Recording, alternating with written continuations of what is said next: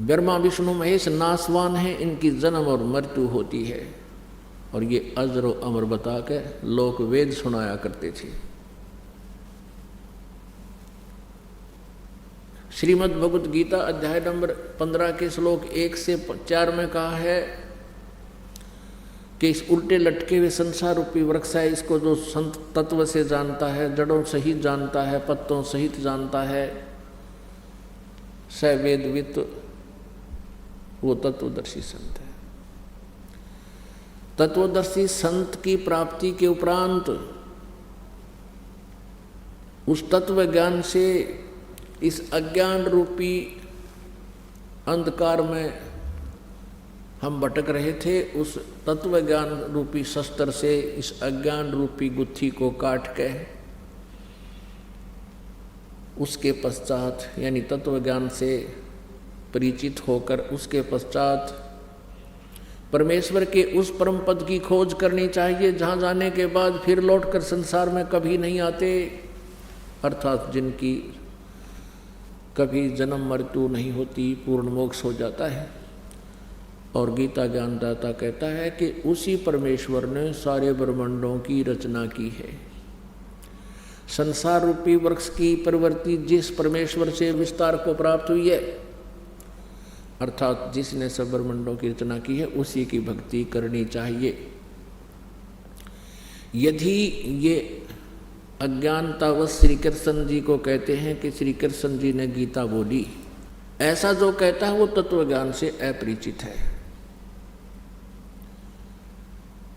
और फिर भी यदि हम इनकी बात को ध्यान में रखें कि श्री कृष्ण जी ने गीता बोली है, तो श्री कृष्ण जी को ये सर्वेश्वर बताते हैं, विष्णु जी को ये परम शक्ति बताते हैं, अजर अमर बताते हैं। गीता ज्ञानदाता चौथे अध्याय के 5वें श्लोक में, दूसरे अध्याय के 12वें श्लोक में और चौथे अध्याय के 9वें श्लोक में, 10वें अध्याय के दूसरे श्लोक में कहता है, अर्जुन तेरे और मेरे बहुत जन्म हो चुके, तू नहीं जानता मैं जानता हूं। तू और मैं और ये सैनिक पहले भी थे, आगे भी होंगे।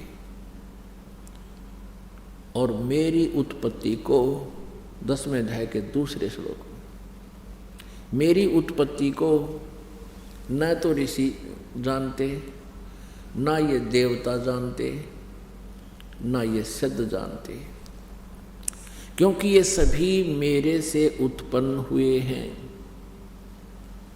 बिल्कुल सही है। पिता की उत्पत्ति को संतान नहीं बता सकती, पिताजी की उत्पत्ति पिताजी का पिताजी बता सकता है, अर्थात दादाजी। तो वो दादाजी कौन है? वो परम अक्षर ब्रह्म है। गीता जी अध्याय नंबर 15 के श्लोक नंबर 16 और 17 में 3 पुरुष बताए हैं। एक सरपुरुष, पुरुष माने प्रभु, और एक अक्षर पुरुष। सरपुरुष ये ब्रह्म है, 21 ब्रह्मांड का मालिक है, केवल 21 ब्रह्मांड का। और अक्षर पुरुष ये 7 शंख ब्रह्मांड का स्वामी मालिक है, प्रभु है, नील पद्म शंख। और उत्तम पुरुष है तो अन्य परमात्मा इति उदाहरते, ये लोक चरम आविश्य विभर्ति अवैश्वर। श्रीमद् भगवत गीता अध्याय नंबर 15 के श्लोक 17 में कहा है कि उत्तम पुरुष, पुरुष माने प्रभु, स्वामी, श्रेष्ठ स्वामी, यानी समर्थ प्रभु तो कोई और है इन दोनों से, सर्व पुरुष और अक्षर पुरुष से, और वही परमात्मा कहलाता है। और वही तीनों लोकों में प्रवेश करके सबका धारण पोषण करता है। वो अविनाशी परमात्मा है, वास्तव अविनाशी वो है।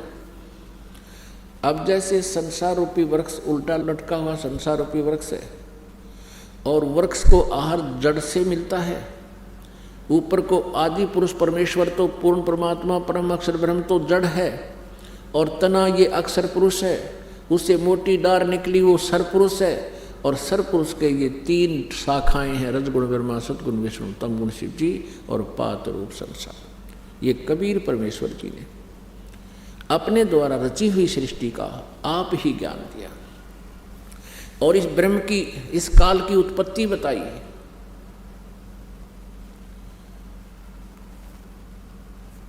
तो पुण्यात्मा, हम परमात्मा से बहुत दूर हो चुके थे। हम उनकी पूजा करते थे जो हमारे किसी भी प्रारब्ध में परिवर्तन नहीं कर सकते। न ब्रह्मा जी कर सकते, न विष्णु जी कर सकते, न शिव जी कर सकते, न ब्रह्म कर सकता, न परब्रह्म कर सकता, न दुर्गा कर सकती। केवल परम अक्षर ब्रह्म हमारे भाग्य में परिवर्तन कर सकता है, हमारे पापों का नाश कर सकता है, और पाप नाश होने से हमारे संकटों का निवारण होगा। जैसे पैर में कांटा लगा है, उस कांटे के कारण जो दुख है, कांटा निकलने से ही उसकी राहत मिलेगी। तो पाप रूपी कर्म रूपी कांटों से हम अपने जीवन रूपी सफर में चलने में असुविधा महसूस कर रहे हैं। अब परमात्मा कबीर परमेश्वर जी की रजा से हमारे ये कांटे निकलेंगे और फिर हम अपने जीवन रूपी सफर में आसानी से सुविधा से चलेंगे।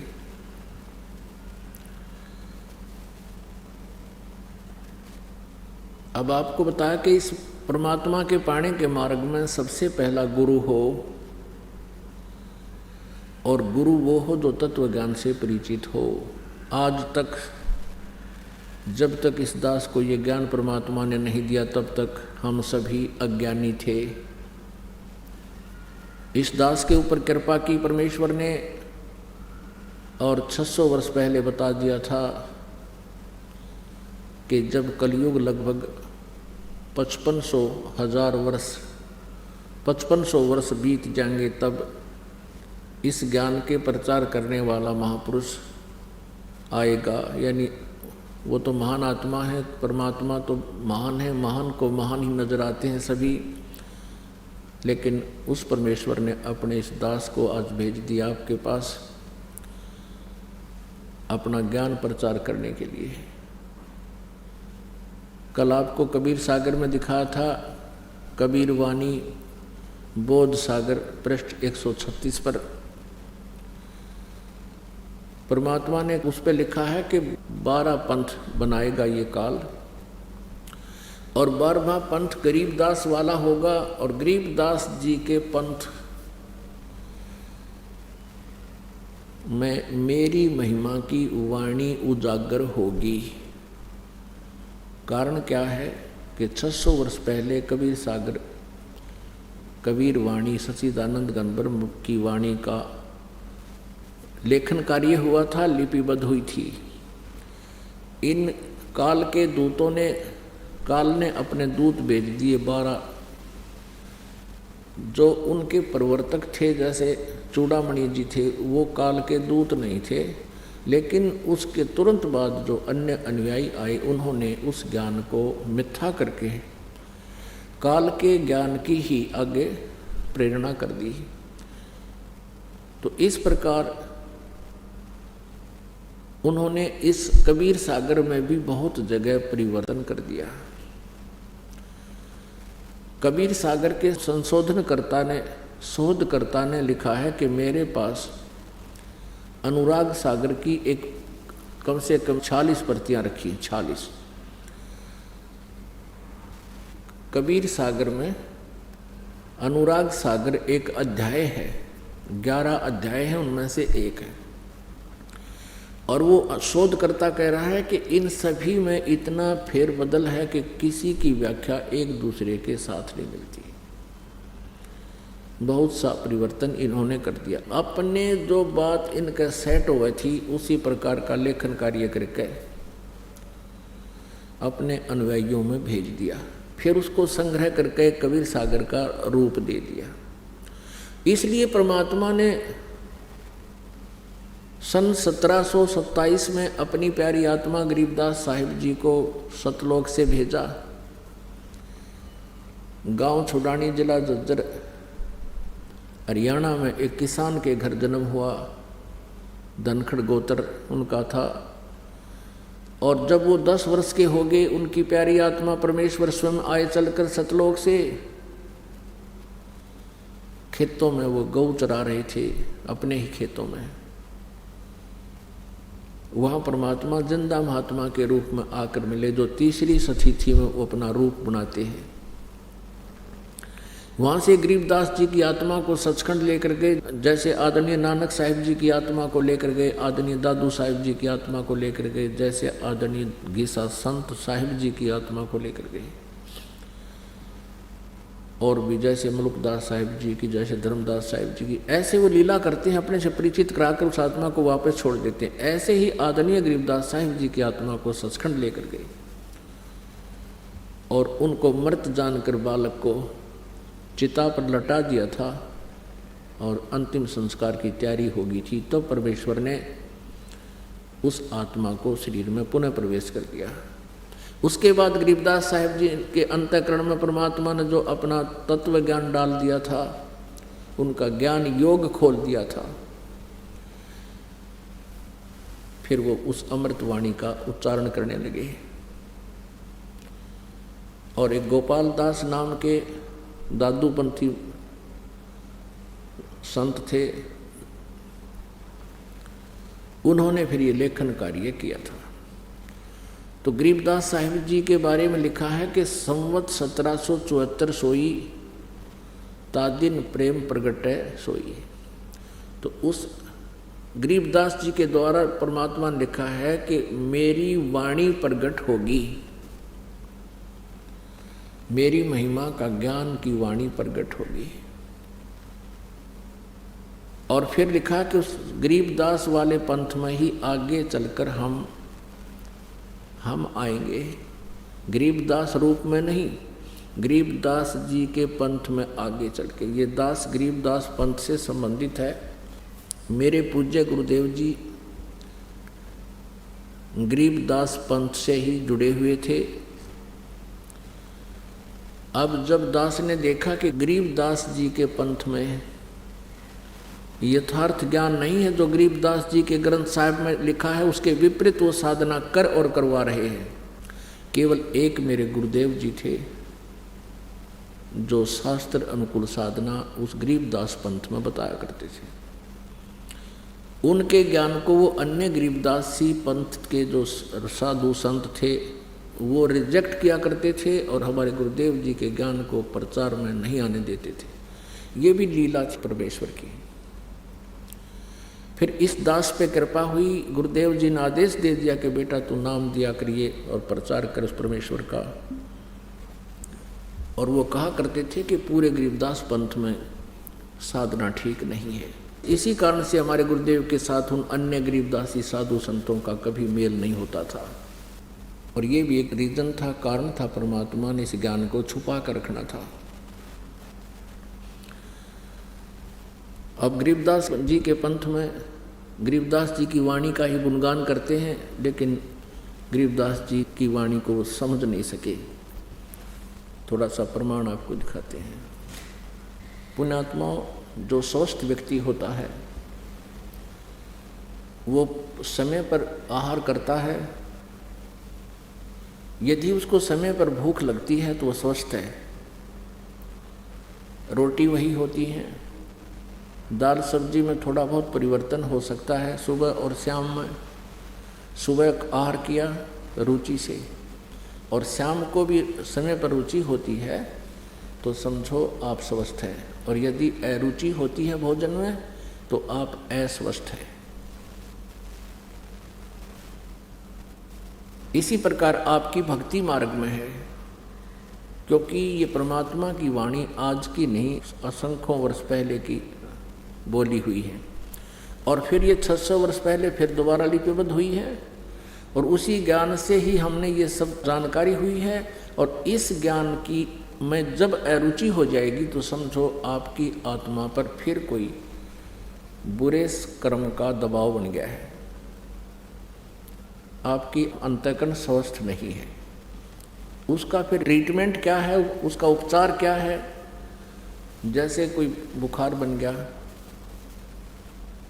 और रोटियों में अरुचि हुई तो औषधि खानी पड़ेगी। वो कड़वी ही होती है, वो रुचिकर नहीं होती, टेस्टी नहीं होती, फिर भी खानी ही पड़ती है। और उसके खाने से फिर पुनः वो रोग नष्ट हो जाता है और रुचि फिर उत्पन्न हो जाती है।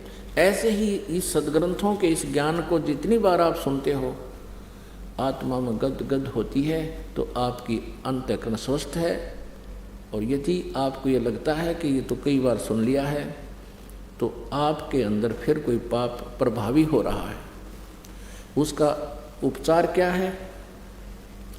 उसका ट्रीटमेंट यही है कि न चाहते हुए भी सदग्रंथों के इस ज्ञान को रह रहकर सुनता रहे, और फिर पुनः फिर रुचि उत्पन्न हो जाएगी। तो इसी दृष्टिकोण से परमात्मा की महिमा जितनी बार सुने उतना ही अधिक आनंद आना चाहिए, तो आपकी भक्ति ठीक चल रही है।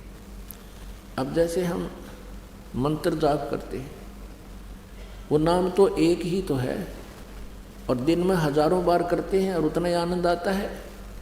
ठीक इसी प्रकार इस ज्ञान को समझना चाहिए। देखिएगा, इस कबीर सागर में आपको दिखाते हैं, खेमराज श्री कृष्णदास प्रकाशन बम्बई से प्रकाशित है कबीर सागर संपूर्ण 11। ये है कबीर पंथी भारत पथिक स्वामी युगलानंद विहारी द्वारा परिष्कृत, मुद्रक एवं प्रकाशक हैं खेमराज श्री कृष्णदास, अध्यक्ष श्री वेंकटेश्वर प्रेस, खेमराज श्री कृष्णदास मार्ग, मुंबई। अब इसमें आपको दिखाते हैं इन 12 नकली पंथों की जानकारी। ये परसों भी दी थी आपको। ये है कबीर वाणी और ये बोध सागर है। इसके 136 पृष्ठ पे हम देख रहे हैं। ये 12 पंथ काल ने कहा था, मैं 12 पंथ नकली चलाऊंगा और अनेक पंथ बनाऊंगा। 12 पंथ काल फरमाना, भूले जीव न जाऊं ठिकाना। ताते आगम कह हम राखा, वंश हमारा चूड़ामणि शाखा। प्रथम जग में जागू भरमावे। यहाँ देखिएगा, ये है बोध सागर कबीर चरित्र बोध। यहाँ पर इन्होंने इसमें बिल्कुल स्पष्ट लिखा है कबीर साहब के पंथों का वृत्तांत। प्रथम है नारायण दास जी का पंथ, ये है चूड़ामणि जी का पंथ है। इन्होंने गलत लिखा है। नारायण दास तो पहले कबीर साहब से अलग हो गया था, वो तो कबीर पंथी बना ही नहीं था। चूड़ामणि जी का है, यहाँ दिखाएंगे, देखो। और दूसरा है ये याज्ञोदास जी का पंथ, तीसरा सूरत गोपाल पंथ, चौथा मूल निरंजन का पंथ, टकसारी पंथ, भगवान दास जी का पंथ, सतनामी पंथ, कमालीय पंथ, कमाल का पंथ, राम कबीर पंथ, और प्रेम राम की वाणी का पंथ, और वर्मा गरीबदास पंथ। अब ये यहाँ क्लियर लिखा हुआ है। यहाँ पर देखियो, एक कबीर वाणी 136 पृष्ठ पर, अध्याय कबीर वाणी है 136 पृष्ठ पर। यहाँ लिखा है 12 पंथ काल फुरमाना। इन 12 पंथों में काल का ही फुरमान यानी आदेश संदेश है।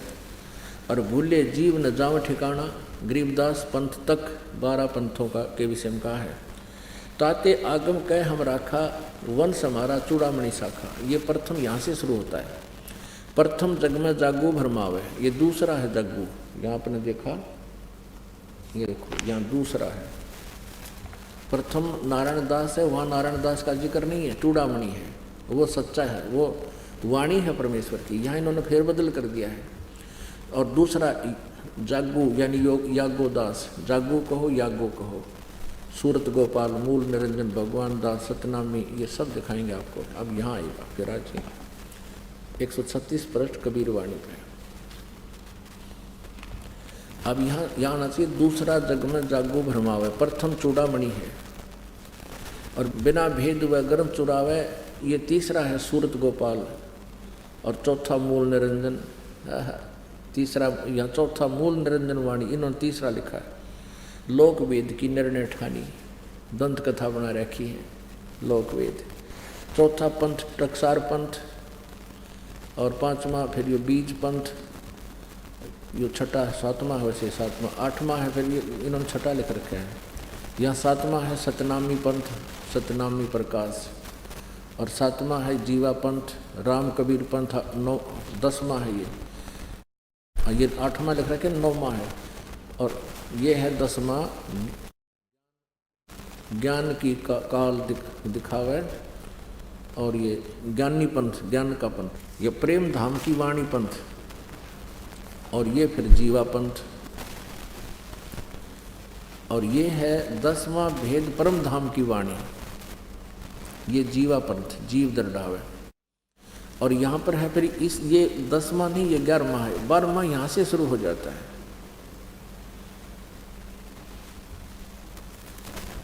अब यहाँ क्या बताया है कि 11वें तक 3 में वंश अंश अधिकारा, 3 में 100 शब्द होए निर्धारा। इन ऊपर के पंथों की वाणी में भी सभी नाम निराधार होंगे। गरीबदास जी का 12वां पंथ है, इसकी वाणी में मंत्र तो सही होंगे लेकिन इनके अनुयायी समझ नहीं सकेंगे।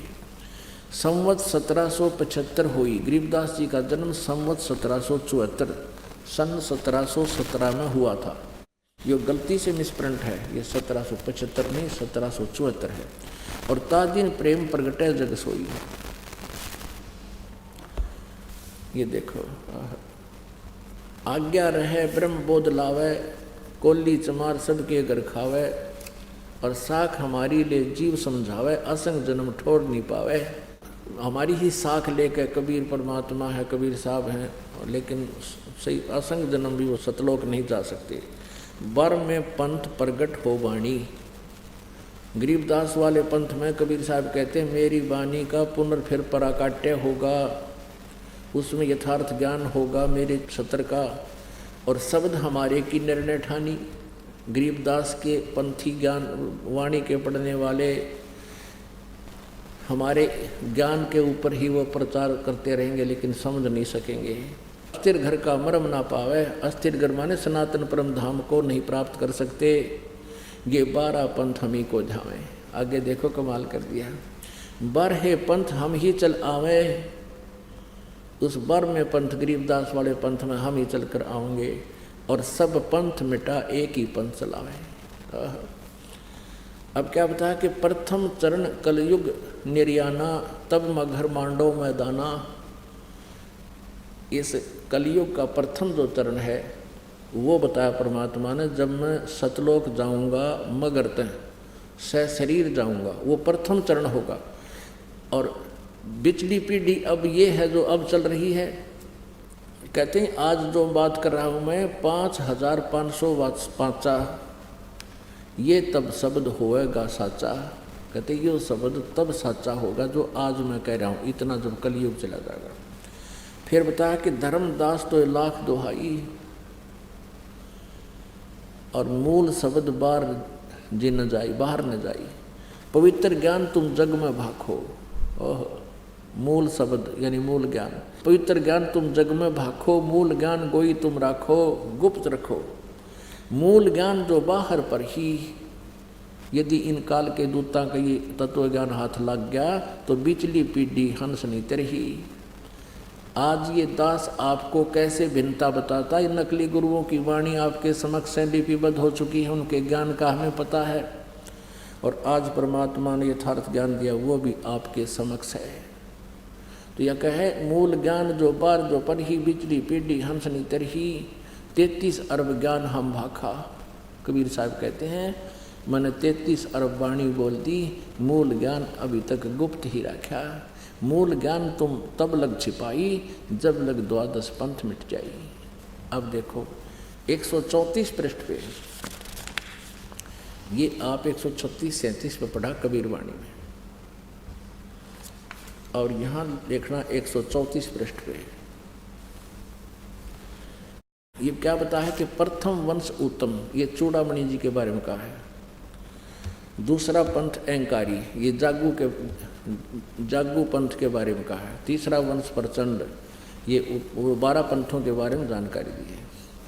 11वें वंश प्रकट सारा, और 12वें पंथ प्रगट होए उजियारा।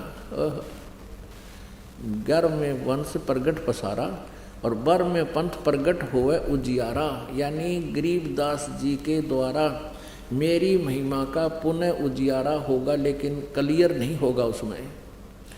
और 13वें वंश इस दास के विषय में कहा है, 13वें वंश मिटे सकल अंधियारा। मेरा 13वां जो आवेगा इन 12 के बाद, गरीबदास वाले पंथ में 13वें वंश मिटे सकल अंधियारा, एती दगा काल की सबाई और तत्व बिंदु की टेक रह जाई। कहती ये 12 पंथों में काल ने खूब अज्ञान और दगा कर रखा होगा, लेकिन फिर भी इस तत्व ज्ञान की टेक रह जाएगी और मेरे बच्चे उसको समझ सकेंगे। 13वें वंश, इन 12 के बाद जो 13वां आएगा, कहते हम ही चल कर आएंगे। सुनना है तो दास को भेज दिया अपने कुत्ते को परमात्मा ने आप जी को जगाने के लिए। 13वें वंश मिटे सकल अंधियारा। आज ये सकल अंधियारा ज्ञान का मिट गया, अज्ञान का नाश हो गया। परमेश्वर ने हमें यही जानकारी दी है पुण्यात्माओं, ये सब ज्ञान गुप्त रखा हुआ था और अभी तक इसको पिटारे को खोला नहीं था प्रभु ने। अब इस दास के माध्यम से आपके रूबरू करा दिया। कबीर साहब कहते हैं, 9 मन सूत उलझिया ऋषि रहे झकमार, और सतगुरु ऐसा सुलझा दे उलझे ना दूजी बार। अब इस कलयुग में यो ज्ञान, आध्यात्मिक ज्ञान अब उलझे नहीं गा, अब इसको कोई भ्रमित नहीं कर सकेगा। लेकिन कुछ समय के बाद, हजारों वर्षों के उपरांत, ये प्राणी भक्ति योग नहीं रहेंगे, वो अंतिम पीढ़ी होगी। प्रथम चरण कहते हैं, मगर से मैं जो जाऊंगा वो प्रथम चरण होगा, और कलयुग के लास्ट के सभी जीव मानव शरीरधारी कृतगनी हो जाएंगे, शराबी क्वाबी हो जाएंगे और कोई भी भक्ति योग नहीं रहेगा। अब बीच का यो समय जो बिचली पीढ़ी का, अब यो पीक टाइम है जो अब आपको प्राप्त है, और इस पीक टाइम में जो निकल गया सो निकल गया, और रह गया सो बिरान माटी होगी। कहते हैं, माया काली नागनी अपने जाए खाते, कुंडली में छोड़े नहीं 100 बातों की बात।